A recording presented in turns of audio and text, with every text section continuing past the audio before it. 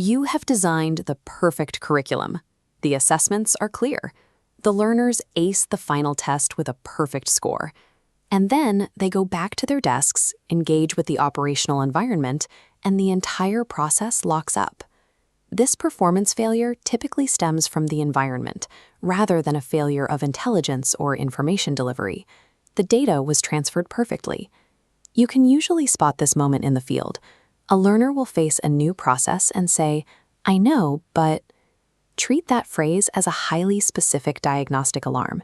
It signals a mechanical breakdown between acquiring a piece of data in the classroom and physically executing the corresponding behavior in the real world. Organizations frequently operate under the assumption that installing correct facts into a person's memory will automatically update their daily habits.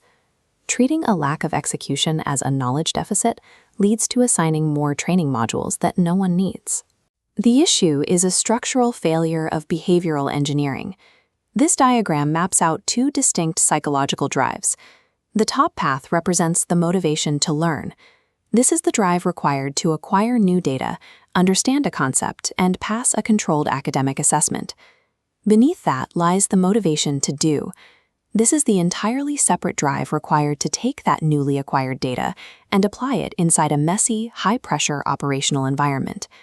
This second pathway is heavily obstructed by office politics, time constraints, and established daily routines. Designing a system to clear the first pathway leaves the obstacles in the second pathway entirely intact. To bridge this gap, designers must stop planning discrete instructional events and instead engineer continuous behavioral reinforcement loops directly into the workflow.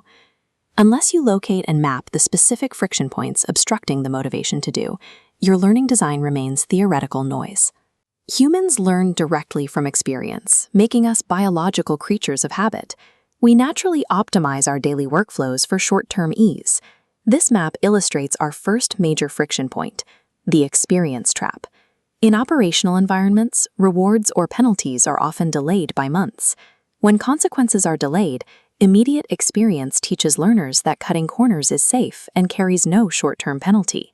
Unstructured operational experience actively trains the employee to abandon the correct procedure. This dynamic creates the second major friction point, responsible for the "I know but" paradox: invisible feedback. When learners try a new process and see zero immediate results, the process feels completely unvalidated. Without immediate, visible markers of success, they will retreat to their established habits because the old methods are familiar and reliable. Designers must engineer artificial feedback loops to solve this. You have to pull those invisible, long-term consequences into the immediate present, proving to the learner in real time that the new method is easy and effective. If a learning environment lacks visible feedback mechanisms, the designer has accidentally surrendered control of the curriculum to the chaotic forces of the wild environment. Moving past the external environment, there is a powerful internal barrier to adopting new methods. This graph plots out self-efficacy, that is, the learner's internal belief in their own capability to successfully execute the required behavior. Attempting any new skill inherently spikes anxiety and lowers confidence, creating a massive internal barrier to entry. Learners require a sandboxed environment to physically practice uncomfortable behaviors without facing actual operational risk or peer judgment. As they repeat the action in this safe zone, the anxiety curve drops, stabilizing into a baseline of competence.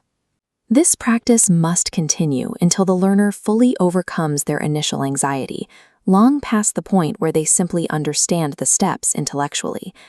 Knowledge without self-efficacy is paralyzed. Internal confidence is the absolute prerequisite for external behavioral execution. Even with safe practice and visible feedback, abstract logical arguments rarely overwrite deeply entrenched habits.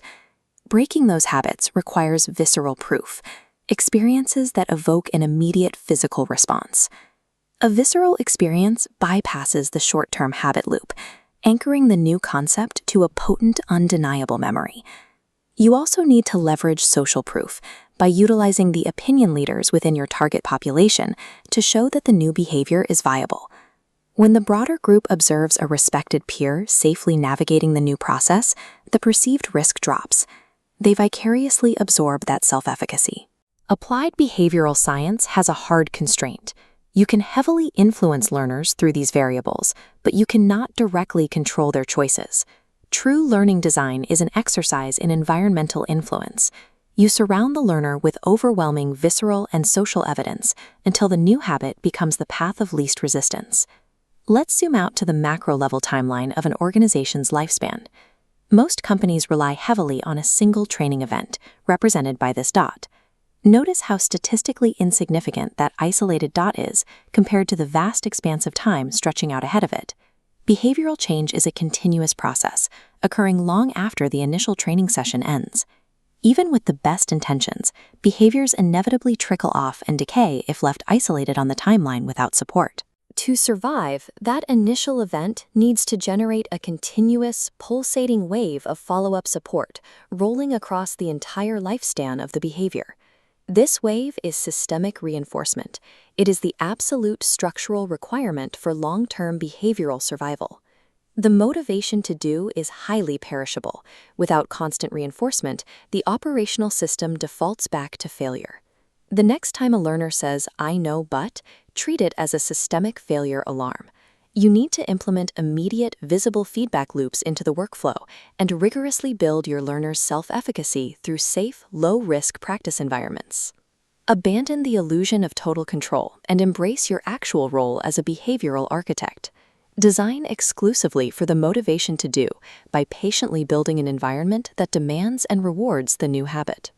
True learning designers engineer environments that make ignoring the knowledge impossible.